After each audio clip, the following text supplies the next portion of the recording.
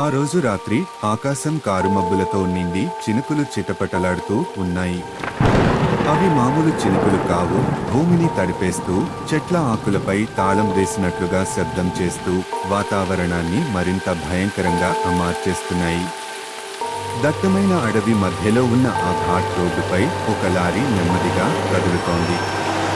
Road ఇరుకుగా రెండు వైపులా వందల సంవత్సరాల నాటి రావి మర్రి చెట్లు దట్టంగా పెరిగి వాటి కొమ్మలు ఆకాశాన్ని కప్పేసి సూర్యరశ్మి కూడా చొరబడనివ్వకుండా చీకటిని సృష్టించాయి.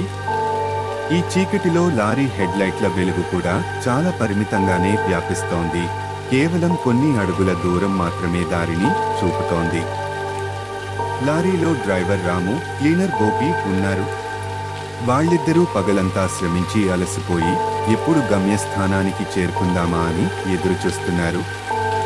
రోడ్డు పక్కన ఉన్న లోతైన లోయలు, వాటి నుండి వినిపిస్తున్న కీచురాళ్ల శబ్దాలు, అడవి జంతువుల అరుపులు, ముఖ్యంగా నక్కల ఓలలు వారి మనసుల్లో తెలియని భయాన్ని నింపాయి. ఒక్కోసారి లారీ టైర్లు రోడ్డుపై ఉన్న గుంతల్లో పడినప్పుడు లారీ ఒక్కసారిగా కుదుపుకులోనే వారి గుండెల్లో దడ పుట్టేది. అకస్మాత్తుగా లారీ హెడ్లైట్ల వెలుగులో రోడ్డు పక్కన ఒక స్త్రీ కనిపించింది. ఆమె చిరిగిన, నలిగిన చీర కట్టుకుని, జుట్టు చెల్లాచెదురుగా వర్షంలో తడుస్తూ, వణుకుతూ నిలబడి ఉంది. ఆమె ముఖం చీకటిలో స్పష్టంగా కనిపించకపోయినా ఆమె నిస్సహాయ స్థితి వారిని కదిలించింది. ఆమె చేతితో లిఫ్ట్ అడుగుతున్నట్లుగా బలహీనంగా సైగ చేసింది. ఆమె కదలికల్లో ఏదో తెలియని నిర్జీవత్వం కనిపించింది. అయ్యో పాపం! ఈ వర్షంలో, ఈ నిర్మానుష్య ప్రదేశంలో ఒంటరిగా ఎక్కడికి వెళ్తుందో? ఎవరో దారి తప్పినట్లున్నారు అన్నాడు గోపి. అతని గొంతులో జాలి స్పష్టంగా వినిపించింది. రాము కూడా జాలిపడి లారీని నెమ్మదిగా ఆపాడు. ఇంజిన్ శబ్దం ఆగిపోగానే చుట్టూ ఉన్న అడవి నిశ్శబ్దం మరింత భయంకరంగా అనిపించింది. వర్షపు చినుకుల శబ్దం, లారీ ఇంజిన్ చల్లబడే శబ్దం తప్ప మరేమీ వినిపించలేదు. ఎక్కడికి వెళ్లాలమ్మా అని అడిగాడు రాము, కిటికీ అద్దం దించి ఆమె వైపు చూస్తూ. అతని గొంతులో ఆప్యాయత ఉంది. ఆమె మెల్లగా లారీ దగ్గరికి వచ్చి తల వంచి కొంచెం దూరం వెళ్ళాలి అన్నా. దారిలో దింపేయండి అంది. ఆమె గొంతు చాలా బలహీనంగా, ఏదో తెలియని నిర్జీవత్వంతో గాలిలో కలిసిపోతున్నట్లుగా వినిపించింది. ఆ గొంతులో ప్రాణం లేదని, అది కేవలం ఒక గాలి శబ్దంలా ఉందని రాముకు అనిపించింది. ఆమె శరీరం నుండి వస్తున్న చల్లదనం లారీ లోపలికి పాకింది. సరే ఎక్కు అన్నాడు రాము ఆమెకు సహాయం చేయాలనే ఉద్దేశ్యంతో. ఆమె వెనుక సీటులోకి ఎక్కి కూర్చుంది. ఆమె లారీలోకి ప్రవేశించగానే లోపల ఉన్న వెచ్చదనం ఒక్కసారిగా చల్లగా మారిపోయింది. వాతావరణంలో ఒక వింత బరువు ఆవరించింది. లారీ మళ్లీ కదిలింది. లోపల చల్లగా, నిశ్శబ్దంగా ఉంది. ఆ స్త్రీ నుండి ఒక వింత వాసన వస్తోంది. అది మట్టి, తడిసిన ఆకులు, కుళ్ళిన మాంసం, ఇంకా ఏదో తెలియని, అసహ్యకరమైన కంపు కలగలిసిన వాసన. ఆ వాసన వారి ముక్కుపుటాలను తాకి వారికి తెలియకుండానే ఒక అసౌకర్యాన్ని, కడుపులో వికారాన్ని కలిగించింది. ఈ ఊరు అమ్మా నీది? ఈ వర్షంలో ఒంటరిగా ఎందుకు నిలబడ్డావు? ఇంత చీకట్లో ఈ దారిలో ఎవరూ ఉండరు కదా అని అడిగాడు గోపి, ఆమెను మామూలు మనిషి అనుకుని ఆమెతో మాట కలపడానికి ప్రయత్నిస్తూ. ఆమె నిశ్శబ్దం అతన్ని మరింత కలవరపెట్టింది. ఆమె సమాధానం చెప్పలేదు. కేవలం నిశ్శబ్దంగా, కదలకుండా ఒక శిల్పంలా కూర్చుని ఉంది. ఆమె కదలికలు లేకపోవడం, ఆమె నుండి వస్తున్న ఆ వింత వాసన రాముకు అనుమానం కలిగించాయి. రాము అద్దంలోంచి ఆమెను చూశాడు. ఆమె ముఖం పాలిపోయి చంద్రుడి వెలుగులో మరింత తెల్లగా, దాదాపు పారదర్శకంగా కనిపిస్తోంది. ఆమె కళ్ళు ఎర్రగా, నిప్పుకణికల్లా మెరుస్తున్నాయి. ఆమె జుట్టు తడిగా ఉండి ముఖంపై అతుక్కుపోయి ఆమె కళ్లను పాక్షికంగా కప్పేసి ఉంది. ఆమె చూపులో ఏదో తెలియని శూన్యత, అదే సమయంలో ఒక భయంకరమైన తీక్షణత ఉన్నాయి. అవి అతని గుండెను పిండేసినట్లు అనిపించాయి. ఏమైంది అమ్మా? ఎందుకు మాట్లాడవు? ఏమైనా కష్టంలో ఉన్నావా అని మళ్ళీ అడిగాడు గోపి, అతని గొంతులో ఆందోళన. అప్పుడు ఆమె మెల్లగా తల పైకెత్తి అద్దంలో రామును చూసింది. ఆమె కళ్ళల్లో ఏదో వింత మెరుపు, భయంకరమైన, రక్తాన్ని కోరుకునే కోరిక కనిపించాయి. ఆమె పెదవులపై ఒక చిన్న నవ్వు మెరిసింది. అది నవ్వు కాదు, ఒక భయంకరమైన, అపహాస్యమైన నవ్వు. ఆ నవ్వు ఆమె పాలిపోయిన ముఖంలో మరింత భయంకరంగా కనిపించింది. ఆమె పెదవులు నెత్తురు రంగులో మెరిసినట్లు అనిపించింది. రాముకు వెన్నులోంచి చలి పుట్టింది. అతని శరీరం జలధరించింది. ఏదో తేడాగా ఉందనిపించింది. గోపి, చూడురా. ఆమె కళ్ళల్లో ఏదో తేడా ఉంది. ఆమె కళ్ళు ఎర్రగా ఉన్నాయి అన్నాడు రాము మెల్లగా. అతని గొంతు వణుకుతోంది. గోపి వెనక్కి తిరిగి చూశాడు. ఆ స్త్రీ ముఖంపై నెమ్మదిగా ఒక నల్లటి గీత కనిపించింది. అది ఆమె కళ్ళ కింద నుండి చెంపల వరకు పాకుతోంది. సిరలు బయటపడినట్లుగా ఉంది. ఆమె శరీరం నుండి చల్లటి గాలి వారి వైపునకు వీస్తున్నట్లు అనిపించింది. అది ఎముకలు కొరికే చలి లారీ లోపల ఉన్న వెచ్చదనాన్ని పూర్తిగా తుడిచిపెట్టింది. అన్నా, ఆమె మనిషి కాదు, ఆమె దయ్యం అని గోపి భయంతో వణికిపోయాడు. అతని కళ్ళు భయంతో పెద్దవయ్యాయి.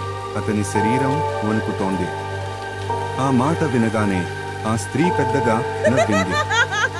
ఆ నవ్వు లారీలో ప్రతిధ్వనించి వారి చెవుల్లో భయంకరంగా మోగింది. అది ఒక మనిషి నవ్వు కాదు, వందల సంవత్సరాల క్రితం నుంచి పాతాళంలోంచి వచ్చిన ఏదో క్రూరమైన, ఆకలితో ఉన్న ప్రాణిది. ఆమె జుట్టు నెమ్మదిగా పైకి లేచింది, గాలిలో తేలుకున్నట్లుగా. ఆమె కళ్ళు మరింత ఎర్రగా, నిప్పుకణికల్లా మారి చీకట్లో భయంకరంగా మెరుస్తున్నాయి. ఆమె పళ్ళు పొడవుగా, పదునుగా, రక్తపు మరకలతో నిండినట్లుగా కనిపించాయి, ఒక క్రూరమైన జంతువులా. మీరు నన్ను ఎక్కడికి తీసుకెళ్తారా అని అడిగావు కదా, అంది ఆమె గంభీరమైన, లోతైన గొంతుతో. అది లారీ లోపల ప్రతిధ్వనిస్తోంది. నేను మీ ప్రాణాలను తీసుకెళ్తాను. మీ రక్తాన్ని పీల్చి నా ఆకలి తీర్చుకుంటాను. ఆమె గొంతులో ఒక భయంకరమైన ఆనందం కనిపించింది. ఆమె ఒక్కసారిగా గోపి వైపు మెరుపు వేగంతో దూకింది. గోపి భయంతో ప్రాణం పెట్టి కేక పెట్టాడు. ఆ కేక అడవిలో ప్రతిధ్వనించింది, పక్షులను, జంతువులను భయపెట్టింది. ఆమె పొడవాటి, పదునైన గోళ్లతో గోపి మెడను పట్టుకుంది. గోపి ఊపిరి ఆడక కళ్ళు పెద్దవి చేసుకుని విలవిలలాడాడు. అతని కళ్లల్లో ప్రాణభయం స్పష్టంగా కనిపించింది. అతని శరీరం వణుకుతూ నిర్జీవంగా మారింది. రాము భయంతో వణికిపోయి లారీని వేగంగా నడపడం మొదలుపెట్టాడు. అతను లారీని ఎలాగైనా ఆపాలని ప్రయత్నించాడు, కానీ అతని చేతులు వణుకుతున్నాయి. స్టీరింగ్ అతని అదుపులో లేదు. అతని దృష్టి మసకబారింది. వదిలే రాక్షసి, వదిలే వాడిని, దయచేసి వదిలే అని రాము అరిచాడు.